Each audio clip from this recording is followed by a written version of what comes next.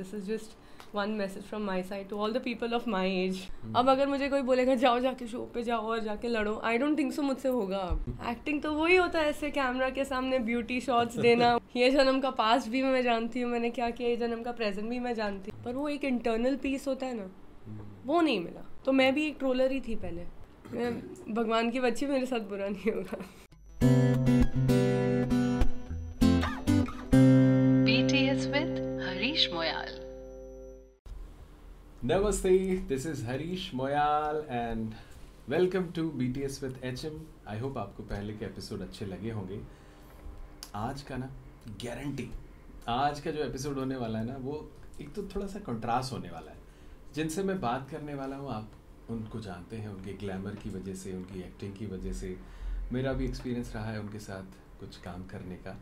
But now she became बहुत बड़ी actress बन गई हैं और I am so happy that we have here in the studio guys Divya Agarwal ji. इतना प्यारा इंट्रोडक्शन. आई मीन इतनी बड़ी तो नहीं, खैर इतना ही बड़ा बनना है कि बस मैं अपना जो चाहे लाइफ में मैं कर सकूं, कभी मुझे किसी की रोक टोक ना हो. और यहाँ पे वापस मैं स्टूडियो आई हूँ आई गेस 6 साल बाद. I know, it's been so long. बहुत अच्छा लग रहा है स्टूडियो वापस आके. अब तक मुझे जो हमने साथ में काम किया था, जो हमारा गाना है, मैं अब तक लोगों को बताती हूँ. आपकी इतनी अच्छी आवाज़ थी उसमें, हमारा इतना अच्छा कॉम्बिनेशन था, हमने कितनी दूर जाके शूट किया था. It was great. And I remember कि जब वो शूट होने वाला था ना, मतलब हम लोग बस आज जैसे आज शूट है, कल हमारा सब फाइनल हो गया था, उस दिन एक बड़ी दुर्घटना हो गई. जस्ट हम फ्लाइट में जाने से पहले मेरा एक पुराना रूट कनाल कहीं से टूट गया, पता नहीं क्या हो गया मेरे दांत को, और मेरा मुंह इतना बड़ा हो गया था साइड से. और ये बेचारे जितने भी लोग हमारे साथ जा रहे थे शूट के लिए, राम जी भाई, आप, तुषार, इन सब के लिए इतना बड़ा स्ट्रेसफुल मोमेंट हो गया था कि ऐसे हीरोइन को कैसे लेंगे गाने में. तो हाँ, पर लकीली यू नो सारे इतने अच्छे लोग थे मेरे साथ जब ट्रैवल कर रहे थे. आप लोग डॉक्टर्स के पास भी लेके जा रहे थे, टर्न बाय टर्न. एक का काम है तो चलो दूसरा ख्याल रख लेगा. तो आई थिंक पर हो गया, देखो ना, वो भी अच्छे से हो गया. But you manage so well. मैं समझता हूँ कि जो दुनिया के जो सबसे खतरनाक दर्द होते हैं ना, उसमें से एक होता है दांत का दर्द. और वो होते हुए ना you did so well and I think that was the starting time जहाँ पे आपने सब चीजें शुरू की. उसके बाद तो फिर तेरे पास ये भाई साहब लिस्ट है पूरी, क्या क्या कर लिया आपने.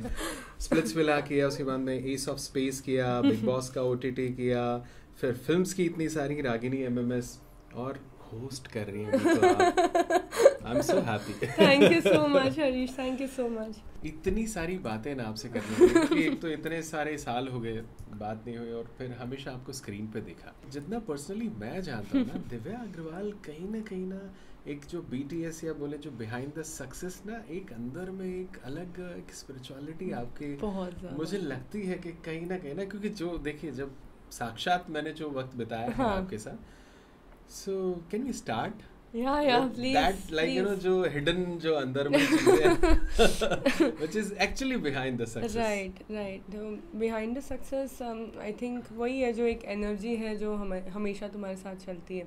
कई बार ऐसा लाइफ में होता है कि ये एनर्जी, ये मतलब ऊपर वाला हर किसी के साथ है, बट यू नो जब तक आप उसको एड्रेस नहीं करोगे या जब तक आप उस चीज़ को समझने नहीं लगोगे, आई थिंक वो कम्युनिकेशन हो नहीं पाता. तो बहुत ज़रूरी है हमें अपने आप से कम्युनिकेट करना. वो जो पावर एक ऊपर वाले ने दी है हमें सब कुछ सही करने की, सब कुछ सफल करने की, आई थिंक वो पावर जो है वो जानना उसको और उसको पहचानना बहुत ज़रूरी है. आज लाइफ में अगर मेरे लिए मेरी जितनी भी सक्सेस है, थोड़ी बहुत जो भी है, आई थिंक उसका पूरा श्रेय मेरा सिर्फ और सिर्फ ऊपर वाले को जाता है. There is nothing that you know thankfully उन्होंने इतने अच्छे पेरेंट्स दिए जिन्होंने इतनी अच्छी परवरिश की, हमको पहले रख के यू नो सारी चीज़ें की लाइफ में. देन इतने हम अच्छे बन गए कि हाँ चलो अपनी लाइफ खुद संभाल सकते हैं. फिर you know the believe of doing it right, doing it perfect, being with the right people, right mindset, बहुत वैल्यू करता है वो सारी चीज़ें. तो यस, स्पिरिचुअली तो है, बहुत ज़्यादा कनेक्टेड है. कभी कभी ऐसा लाइफ में टाइम आता है जहाँ पे आपको लगता है कि अब आगे क्या करना है, कैसे करना है. तो that's the thing which gets me concentrated. हमारे पुराने जितने भी वेद वगैरह हैं उसमें जो मेडिटेशन की जो पावर थी, वो भगवान का नाम लेना तो एक बोलते ना एक एक्सक्यूज़ था उसमें लिखो कि चलो ये तो कर लो, पर अपने आप के साथ बैठना, ना किसी से बात करना, सिर्फ एक ही चीज़ पे ध्यान लगाना, वो आई थिंक भगवान के नाम के रूप में हमें मिला है।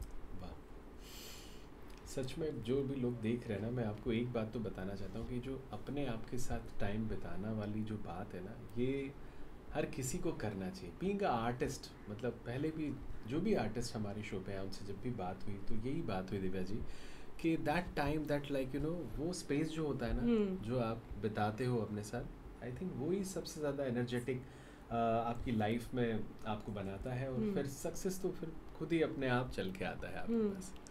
So beautifully describe.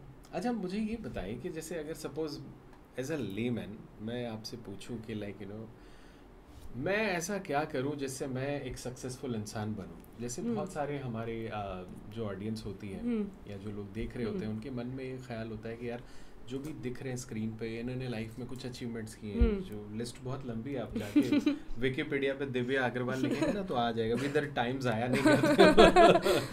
सो वो सारी जो चीज़ें जब आपको मिलती गई तो क्या आपने सोचा था कि मुझे ये करना है? बिकॉज कई बार होता है जैसे द सीक्रेट बुक में लिखा हुआ है कि आप जो भी चाहते हो आपको वो अफर्मेशन करना होता है। सो आप वो वैसा करते हैं या मतलब वो थोड़ा रेसिपी आप बता देना तो थोड़ा। सो अफर्मेशन अभी तो मतलब बहुत मॉडर्नाइज हो गया है ये कि अफर्म करो, लिखो, दिन में 10 सेंटेंसेस ऐसे बोलो कि पॉजिटिविटी आए। वो जब तक तुम खुद अंदर से फील ना करो तब तक उन अफर्मेशंस का भी कोई फ़ायदा नहीं है। तो रात को जब मैं सोती हूँ, सोने से पहले मैं ये सोचती हूँ कि हाँ कल सुबह उठ के मेरा सबसे पहला काम क्या होगा।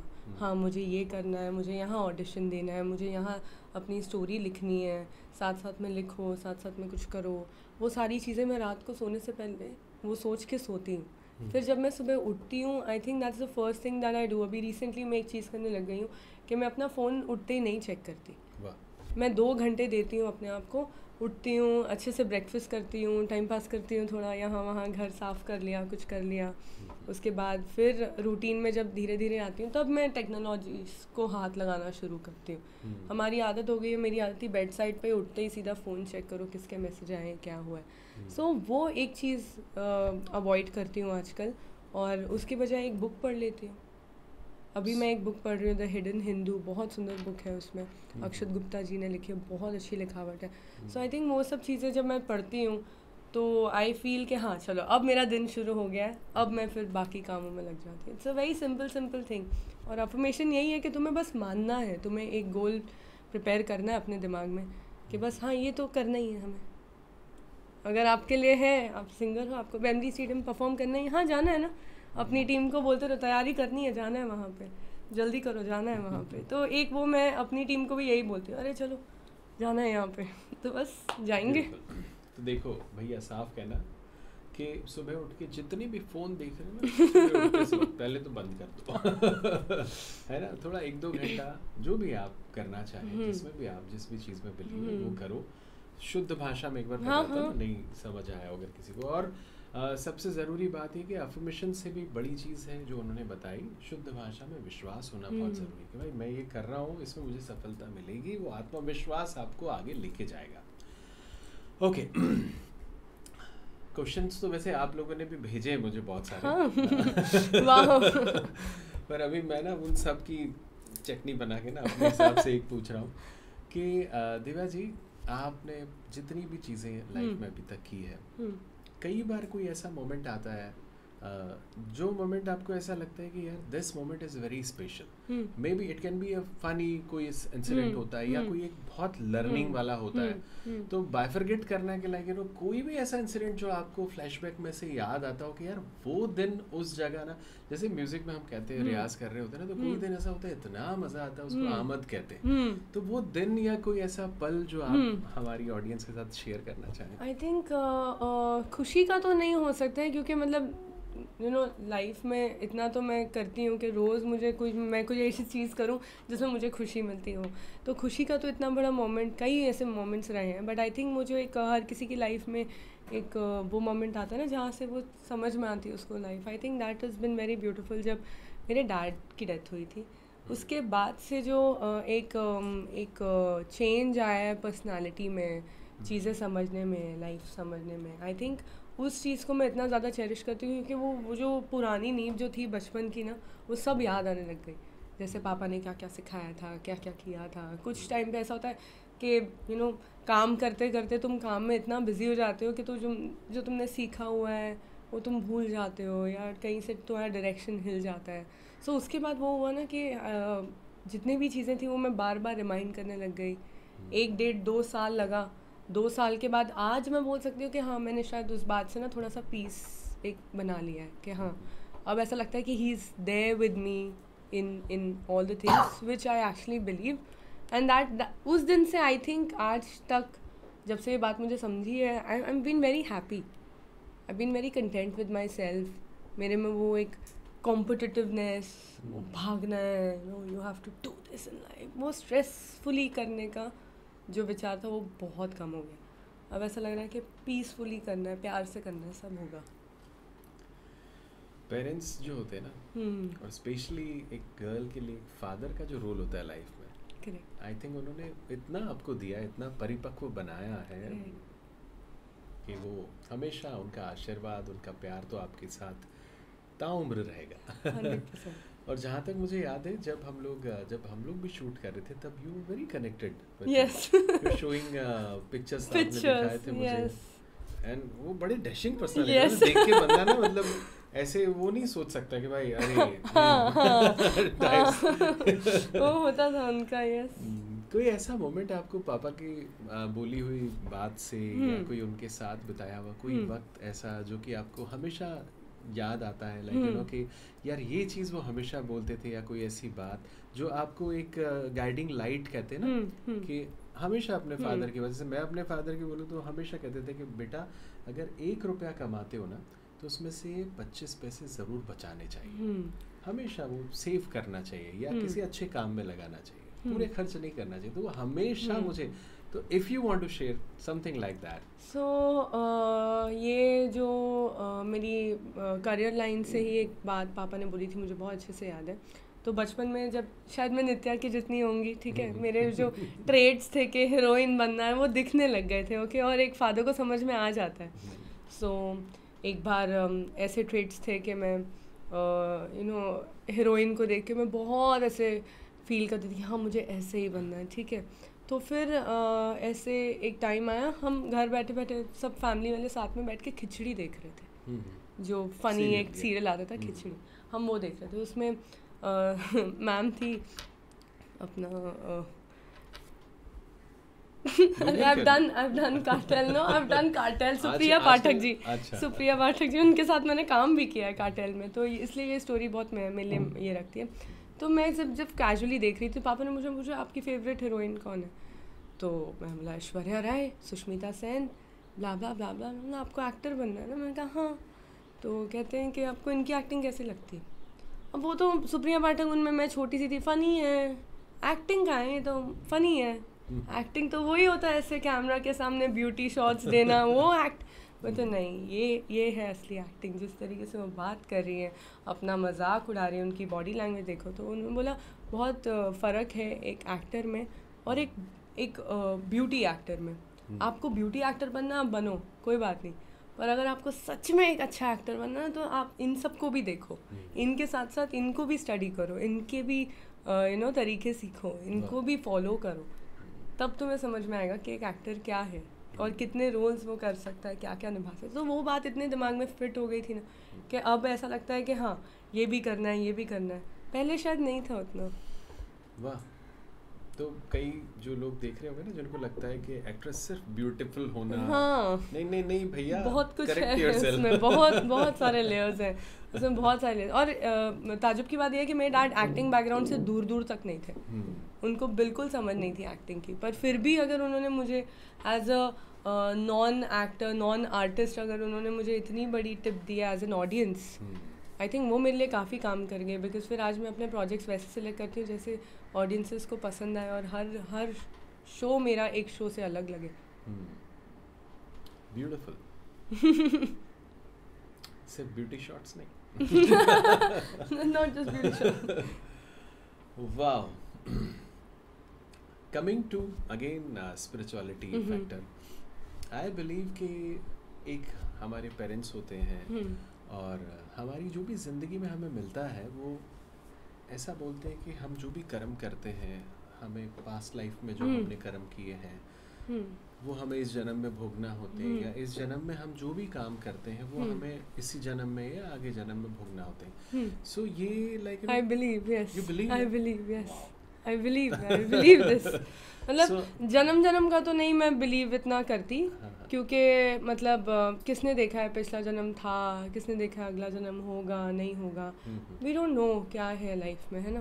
पर इतना पता है ये जन्म तो मुझे पता है, ये जन्म का पास्ट भी मैं जानती हूँ मैंने क्या किया, ये जन्म का प्रेजेंट भी मैं जानती हूँ और उसको आगे फ्यूचर ठीक करने के लिए भी मैं क्या कर रही हूँ. तो आई थिंक इंसान का सबसे बड़ा कर्म यही होगा कि वो एक दूसरे की मदद करे और कुछ नहीं है. This is the best thing in life. अगर आप देख रहे हो, अगर आप 10 लोगों को साथ में लेके चलते हो तो आई थिंक उस चीज़ में जितनी ब्यूटी है आई डोंट थिंक किसी भी चीज़ में इतनी ब्यूटी है, क्योंकि लाइफ में इंसान का वक्त कभी अच्छा कभी ख़राब होता रहता है. एंड मम्मी बहुत एक बात बोलती थी ना कि इंसान का वक्त ख़राब नहीं होता है, वक्त ख़राब होता है, इंसान ख़राब नहीं होता है. हो सकता है कि वक्त ऐसी ऐसी चीज़ें करने पे मजबूर करता है. सो बस वही है कि इतने रिश्ते ऐसे निभा के रखो अपने दोस्तों के साथ, अपनी फैमिली के साथ, अपने लोगों के साथ जिनके साथ तुम काम करते हो, उनकी रिस्पेक्ट करो तो वो अपने आप आगे लेकर जाते हैं लोगों को. मैं कई लोगों से ऐसे मैं मिलती हूँ जो मुझे 10-10 साल पहले मिले होंगे और आज मिलके भी वो वैसे ही खुश होते हैं देख के और वैसे ही बात करते हैं और फिर उनको खुशी भी होती है कि हाँ इतना अच्छा कर रही हो. मैं भी खुश होती हूँ. कितने ऐसे एक्टर्स एक्ट्रेसेस मेरे को पहले बहुत मिले थे जब एड टाइम्स में जाती थी, आज इतने बड़े बड़े हो गए, वो बॉलीवुड में पहुँच गए. तो I mean it is lovely to see them. But यही है, दिस इज़ कर्मा, यही है कर्म आपका, अच्छी अच्छी चीज़ें करो. सो मुझे पता नहीं सोशल मीडिया और सब के बारे में लोग इतना कुछ लिखते रहते हैं आपके बारे में. आज ना ये बात मैंने जान लेनी है आपकी तरफ से भी कि हमने ऐसा सुना है कि अब आपकी शादी होने वाली है. अब देखो मैंने सुना है बोला, मैंने ये नहीं बोला कि मुझे पता है. सो इसमें कितनी सच्चाई है और अगर ये सच है तो फिर वो कौन सी डेट है तो हम लोग को भी आना है भाई शादी में. हाँ बिल्कुल बिल्कुल.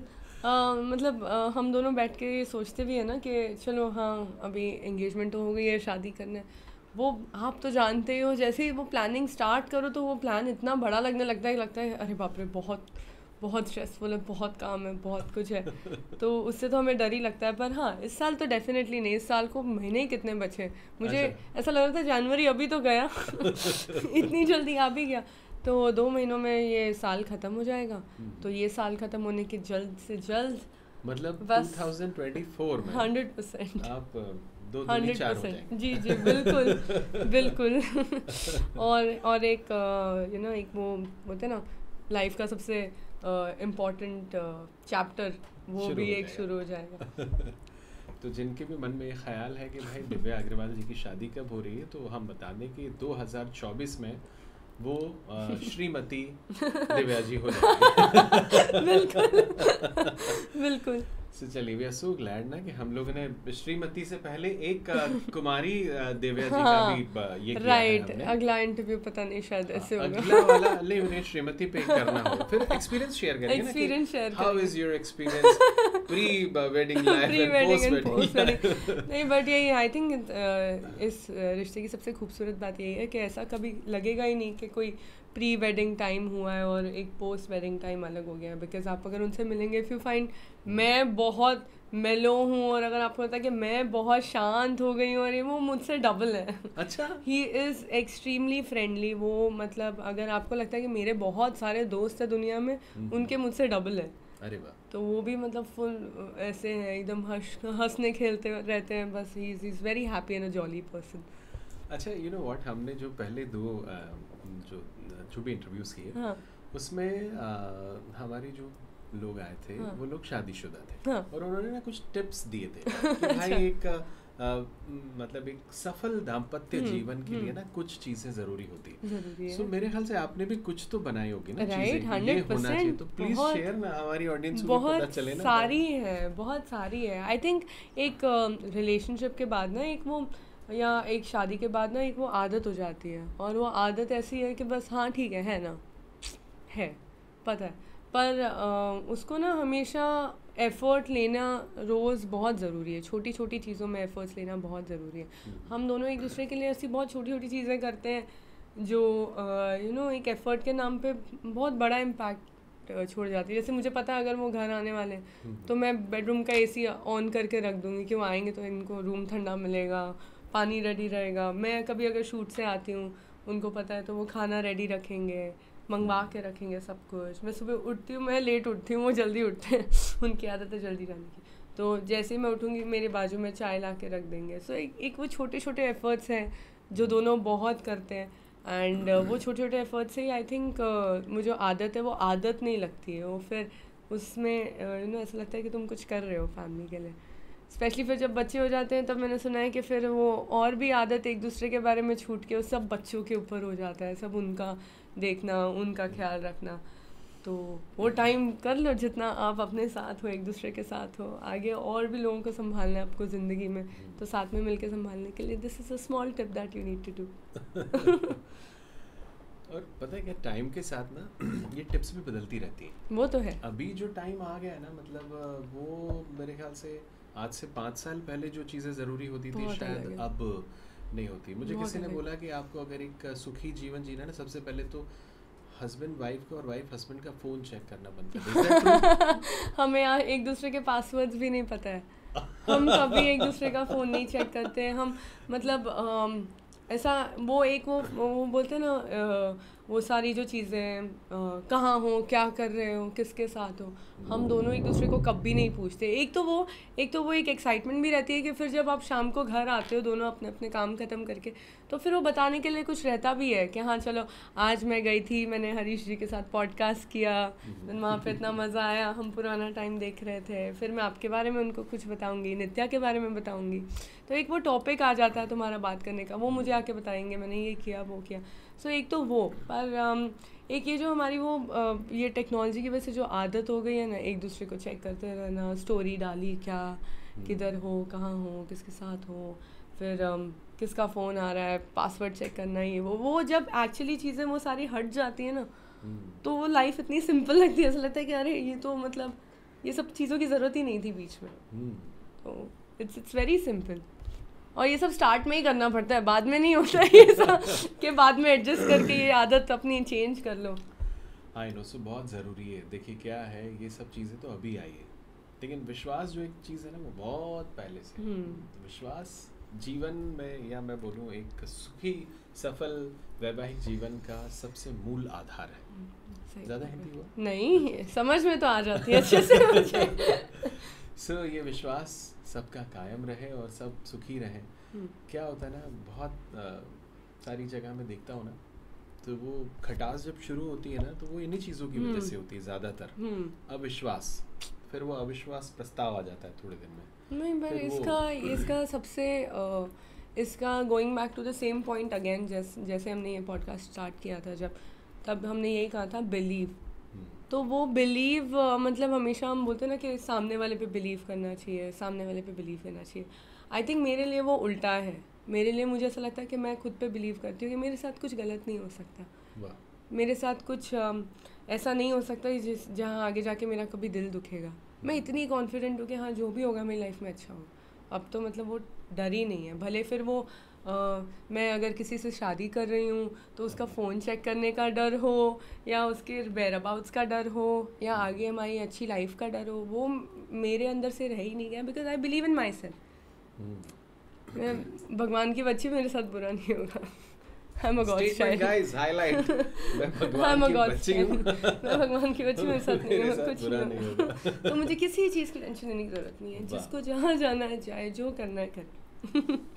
ब्यूटीफुल, मजा आ गया ये लाइन जो है ना? मैं भगवान की बच्ची हूँ, मेरे साथ कुछ भी बुरा नहीं होगा। वाह, व्हाट अ वंडरफुल। सो आप भी जो देख रहे हैं भाई, भगवान के बच्चे हैं कि नहीं? देखिए ऐसा कहते हैं, हर एक धर्म कहते हैं कि अल्लाह का बंदा, रब दा पुत, हाँ, भगवान के बच्चे। एक्चुअली में कुल मिला के उस ऊपर वाले की बात हो रही है, जहाँ पे हम लोग अगर कनेक्ट हो जाएं तो फिर जीवन आसान हो जाता है। और ये आपकी बातों में ये स्पिरिचुअलिटी का दर्पण दिखाई दिया कि भाई ये सब लाइफ की जब चीज़ें जब सॉर्ट हो जाए ना, अननेसेसरली की ये जो चिंताएं होती है ना कि भाई इसने क्या किया होगा, उसने क्या किया होगा, उससे ना फिर बेड़ा गर्क हो जाता है। तो वैसा प्लीज मत करें। दिव्या अग्रवाल जी की सारी बातों को आप हाईलाइट करना, क्या क्या लाइफ में करना है, सक्सेस के लिए क्या करना है, क्या नहीं करना है। नहीं, मुझे भी वक्त लगा सीखने में। ऐसा नहीं था कि मैं मतलब एकदम से शुरू से ही मेरे ये विचार थे। एज आई सेड, पापा के जाने के बाद काफ़ी चीज़ें चेंज हुई हैं। फिर एक वो अंदर एक वो गुस्सा रहता था, अजीब सा गुस्सा होता था अंदर, पता नहीं किस चीज़ का होता था। बिग बॉस में उठा के देख लीजिए, कोई भी रियलिटी शो उठा के देख लीजिए, उसमें गुस्सा दिखेगा अलग सा। तो जब चीज़ें समझ में आई ना, तो वो अभी वो गुस्सा भी एकदम ख़त्म हो चुका है।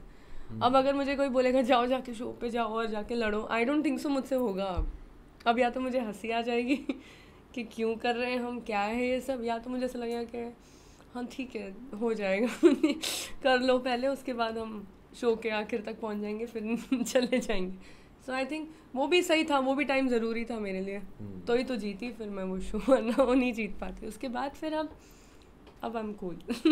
तो मतलब ये मैं सच्ची, आपने जो बात बोली ना, मेरे को ऐसे ही लगता है कि यार ये मैं इतना कूल, इतना वो बंदा हूँ, बाकी सब तो भाई टशन गुस्सा ये सब ज़रूरी होता है। हाँ, सब सो ग्लैड आप बोल रहे हो कि ये गुस्सा उस्सा ज़रूरी नहीं होता है। है। और मैंने तो दोनों फेज, मतलब पहले वाला फेज तो बहुत ऊपर चढ़ के वो फेज था मेरी ज़िंदगी का, पर तब मैंने किया था ऐसा।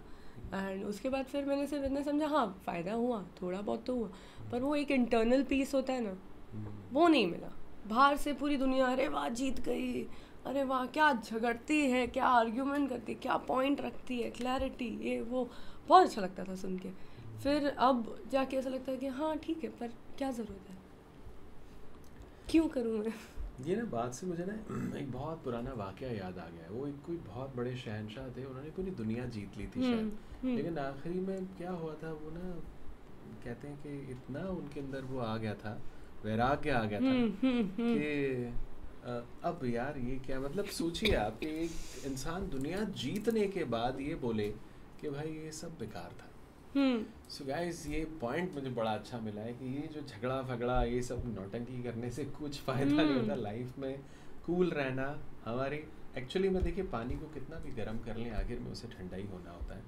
सो दिव्या अग्रवाल जी का ये सीक्रेट कि वो सब जो चीज़ें थी जो आपने देखी कभी स्क्रीन पे, वो सब चीज़ों के अंदर जो बातें थी, उन सब बातों में उतना सुकून नहीं था जितना कि अब है। हाँ चिल्ड आउट गाइस। हाँ, वो ना कंपटीशन में है, ना वो भागने से है, यू नो, ना वो प्लानिंग प्लॉटिंग से है। अपना अपना काम करो, तुम्हें सब सही पे मिलता जाएगा ज़िंदगी में। पता नहीं, अब मेरे को ना ऐसा लग रहा है मैं क्वेश्चन नहीं पूछूं, कोई दिल की बात आप हमारी ऑडियंस के लिए जो आपके दिल में आया ना, last 1 minute if you want to share something, कोई सीक्रेट जो कभी नहीं बताया हो या कोई ऐसी बात, यू नो, जो हमारे ना इस शो की वो क्या बोलते हैं उसको, टीआरपी ना। हाँ, टीआरपी बढ़ा। अब तो टीआरपी की गेम से काफ़ी दूर खेलती हूँ मैं, पर इतना ही है कि इतना कुछ हो गया है 6 साल में। आपके मिलने से एग्जैक्ट पहले मैंने अपनी लाइफ स्टार्ट ही की थी। मेरा पहला रियलिटी शो आपका शूट ख़त्म करके मैं स्प्लिट्सविला एंटर करने वाली थी, मुझे याद है ये चीज़। तो तब से लेके अब तक मतलब एक वो लाइफ का क्रैश कोर्स इतना अच्छा हो गया है ना कि 6 साल में आई थिंक भगवान ने कुछ बड़ा प्रिपेयर करने के लिए ये जो 6 साल थे ये इतना क्रंच में कर दिया था। इतने उतार, इतने चढ़ाव, सब कुछ देखने के बाद I feel now I'm prepared. I feel now things will be fine. Now things will be on track. And then when I meet you again in the same studio, I feel like मैंने actually अपनी life में पैसे शायद कमाए हो या ना हो कमाए हो, पर अच्छे दोस्त और अच्छे लोग ज़रूर कमाए, you know. And like-minded people always catch up together. तो हम लोग इतने साल का हमारा जो गैप था, हम वापस मिले, एक वो एनर्जीज वापस यू नो क्लैश हुई है, नित्या को मिली मैं, इतना अच्छा लगा। एंड आपने as a father I would like to tell you, ऐसे जेनजी के ज़माने में भी अगर मैं नित्या को आज मिली, उसके पास वो सेम इनोसेंस है। भले you know she is working, she is shooting, but she has the same innocence. वो अपना बचपन भी उतना ही इन्जॉय कर रही है जितना वो अपना काम इन्जॉय कर रही है। तो वो जो एक बोलते हैं ना, वो परवरिश आपने और मैम ने जो मिलकर दी है, वो दिखता है, वो झलकता है। I am very proud of it. I mean as parents आपने बहुत अच्छा काम किया है, और हमें ये सब रिमाइंड कराना चाहिए ना। माँ बाप को कभी कोई आके बोलता नहीं है कि हाँ तुमने अच्छी परवरिश की। आज अगर मेरे को कोई अच्छा लगता है ना, तो मैं हमेशा ये बोलती हूँ उनको सामने, आपकी माँ ने बहुत अच्छा ना आपको बहुत अच्छा बड़ा किया। मैं इनको ये बोलती हूँ, वो बहुत ही अच्छे हैं वो नेचर के ना, तो मैं हमेशा उनको बोलती हूँ आपकी माँ ने आपको बहुत अच्छा पढ़ाया, बहुत अच्छा बनाया। So I think parents also needs that appreciation. आप लोग अपने बच्चों के लिए क्या क्या कर रहे हो, इतना भाग दौड़ कर रहे हो, और उनकी ज़रूरतें पहले कर रहे हो। वो उनकी लाइन थी ना, एक हरिवंश राय बच्चन जी की एक लाइन थी, उनकी एक बहुत बहुत ही सुंदर कविता है, उसमें एक लाइन है कि पैसे, शौक़ तो माँ बाप के पैसे से पूरे होते हैं, अपने पैसों से तो सिर्फ ज़रूरतें पूरी होती हैं। I think that is a very beautiful thought and that is true. तो बच्चे जल्दी जल्दी बड़े हो और अपनी ज़िम्मेदारी खुद लेना शुरू करो। मेरे जितने फॉलोअर्स हैं वो ऐसे एक एज पे हैं जहाँ पे उनको पेरेंट्स बूढ़े होते हुए दिख रहे हैं और अपनी करियर समझ में नहीं आ रहा है। तो I think you all need to figure out जल्दी से। उन्होंने इतना ख्याल रखा है, अभी आपका टाइम है उनका ख्याल रखने का। So this is just one message from my side to all the people of my age. So thank you so much Harish. Beautiful guys. So माँ बाप दुनिया में मिलते ही नहीं दोबारा यार। सच्ची कहते सख्त राहों पे भी आसान सफ़र लगता है, ये मेरी माँ की दुआओं का असर लगता है। और बहुत सारे मैं समझता हूँ कि यू परफेक्टली आपने जिस तरह से एक्सप्लेन किया ना कि माँ बाप जैसी परवरिश बच्चों की करते हैं, फिर बच्चों को आगे जाके भूलना नहीं होता है, माँ बाप को याद रखना होता है, और वहीं से वो कार्मिक अकाउंट हमारा जो है ना बहुत क्लियर हो जाता है। अगर कोई भूले हुई भी है ना, वो माँ की दुआओं से ठीक हो जाती है, पिताजी की दुआओं से ठीक हो जाती है। So last 5 minutes Divya ji with you.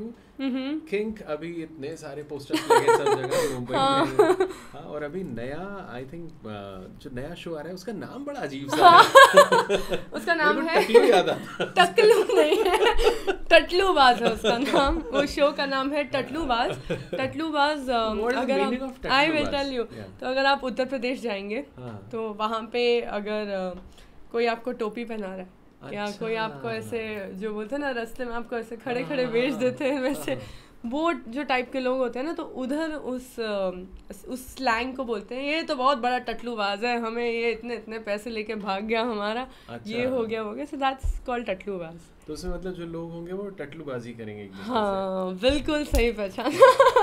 बहुत ही टैलेंटेड 2 एक्टर्स हैं मेरे साथ। एक है धीरज दुपर जी, जिनको टीवी इंडस्ट्री बहुत प्यार करती है। यस इतने सारे serials yes he is the number 1 in the TV industry, तो वो है साथ में। और नरगिस फाकरी जी हैं, हम सबकी हार्ट बीट रॉक स्टार से। एंड आई थिंक आपके लिए तो बहुत इंपॉर्टेंट होगी वो फिल्म एज अ सिंगर, काफ़ी इंस्पायरिंग होगी रॉक स्टार आपके लिए, रणबीर कपूर ने जब की। हाँ, तो वो नरगिस फाकरी जी हैं साथ में, एंड उनका भी बहुत ही प्यारा नेचर है। They both are like excellent. और जब आप फिर जीशान कादरी जी हैं उसमें, जिन्होंने ये लिखी है गैंग्स ऑफ वासेपुर लिखी है, और उसमें काम भी किया है परपेंडिकुलर, तो वो भी है साथ में। तो वो बहुत अच्छा एक हमारा टीम है, और जब ऐसे सब टैलेंटेड एक्टर्स मिलके सब काम करते हैं ना, बहुत मज़ा आता है। तो I think you all have to watch Tatlubaaz next month. तो कहाँ आने वाला है ये? आने वाला है एपिकॉन पे। वाह, तो अभी अगर आपने नहीं लिया हो ना सब्सक्रिप्शन तो ले लेना है। नहीं तो क्या कोई टटलूबाज आपको मिल गया तो फिर पता नहीं चलेगा ना क्या ट्रिक करने वाला है। एग्जैक्टली। आपकी तरफ से कोई क्वेश्चन हो तो बता दो यार, नीचे कमेंट बॉक्स में लिख देना, मैं फोन पे रिप्लाई करवाऊंगा। But I am so happy Divya ji. सच्ची मुझे पता नहीं क्यों ऐसा लग रहा है। एक और बात पूछूं? पूछ लीजिए। आप लोग बता दो यार, ऑन कैमरा ही पूछ लेते हैं। चलो हाँ सर जी आप बता एक और बिल एक और How does she handle trollers? Yes. एक ना वो बड़े अच्छे शायर ने एक बात लिखी है कि मुखालिफत से मेरी शख्सियत संवरती है। मुखालिफत मतलब जब कोई हमारी बुराई करता है तो मेरी शख्सियत संवरती है, कि मुखालिफत से मेरी शख्सियत संवरती है। मैं दुश्मनों का बड़ा एहतराम करता हूँ, मतलब मैं दुश्मनों का भी शुक्रिया करता हूँ। आई थिंक आप वही है। मैंने वो लाइव भी देखा था ना, उसमें सेइंग कि यार ये ट्रोलर्स जो रहते हैं ना, ये आपकी पोस्ट को ना Right. अपलिफ्ट करते हैं अपलिफ्ट करते हैं. सो क्या है ना हरीश, बहुत सिंपल सी बात है. एक टाइम था जब मैंने ना बहुत प्यार देखा ऑडियंस से, बहुत प्यार, मतलब एक भी नेगेटिव कमेंट की गुंजाइश ही नहीं थी, इतना प्यार मिला है मुझे. तो अगर मैंने वो इतने अच्छे से सहन किया है, इतने अच्छे से स्माइलिंग फेस के साथ मैं गई हूँ, तो जो ये जो नफ़रत मिल रही है, इसकी भी क्षमता उतनी होनी चाहिए मेरे अंदर. मैंने जब उस चीज़ में कभी कोई कंप्लेन नहीं की, तो मेरी इस चीज़ में भी कोई कंप्लेन नहीं है. और एज आई सेड के जो एक वो गुस्सा मेरे अंदर पहले था, वो मैं देखती हूँ, लोगों में देखती हूँ मैं, इसलिए मैंने उस चीज़ के बारे में आपसे बात की है. वो मैं देखती हूँ कि लोगों के अंदर इतना गुस्सा है, उनको निकालना है, उनको अपना फ्रस्ट्रेशन निकालना है, उनको अपना स्ट्रेस निकालना है. और सोशल मीडिया आज की डेट में एक ऐसी चीज़ हो गई है ना, जो बहुत ईजीली एक्सेसिबल है. एक टाइम होता था जब आप किसी से बात नहीं कर पाते थे अपने दिल की या गुस्से वाली भी बात. अभी आप एक एनोनिमस चेहरे के पीछे या कोई एक फेक नाम के पीछे आप वो सारी बातें कर सकते हो या सारी फ्रस्ट्रेशन निकाल सकते हो. तो आई थिंक लोग उसी चीज़ से गुजर रहे हैं. और इस पॉडकास्ट के थ्रू मैं यही बताना चाहती थी कि जो गुस्सा था मेरे अंदर पहले, वो अब नहीं है.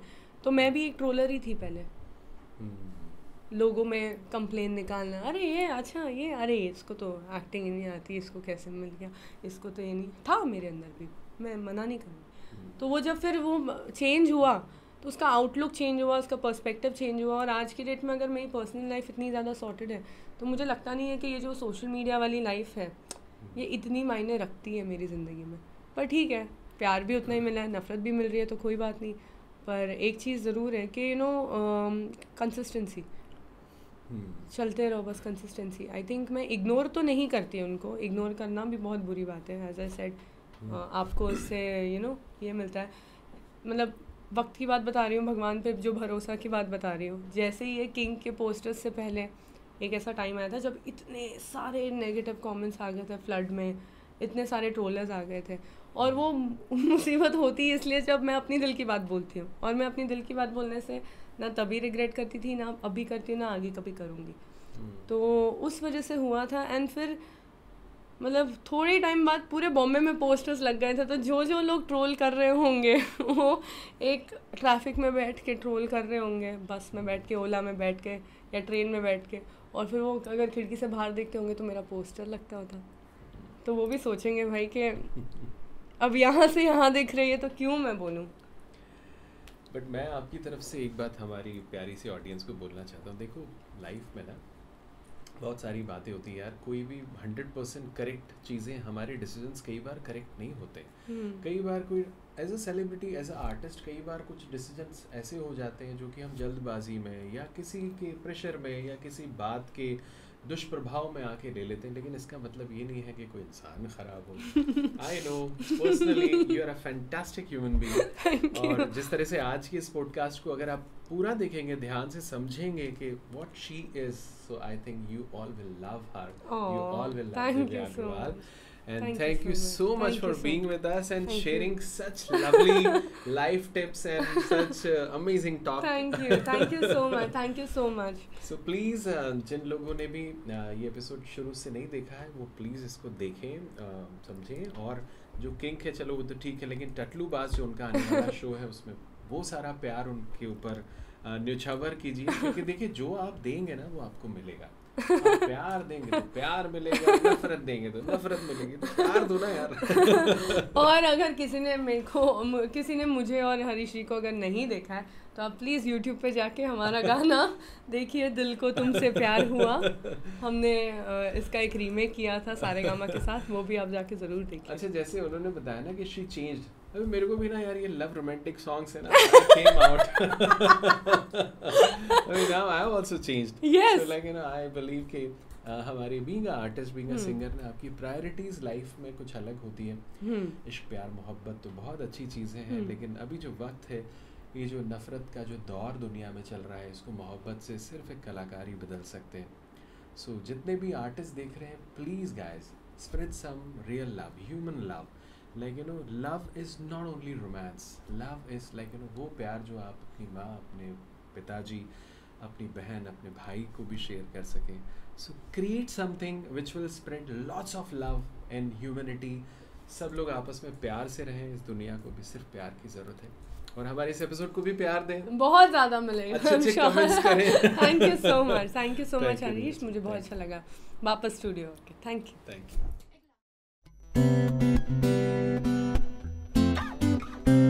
BTS with Harish Moyal.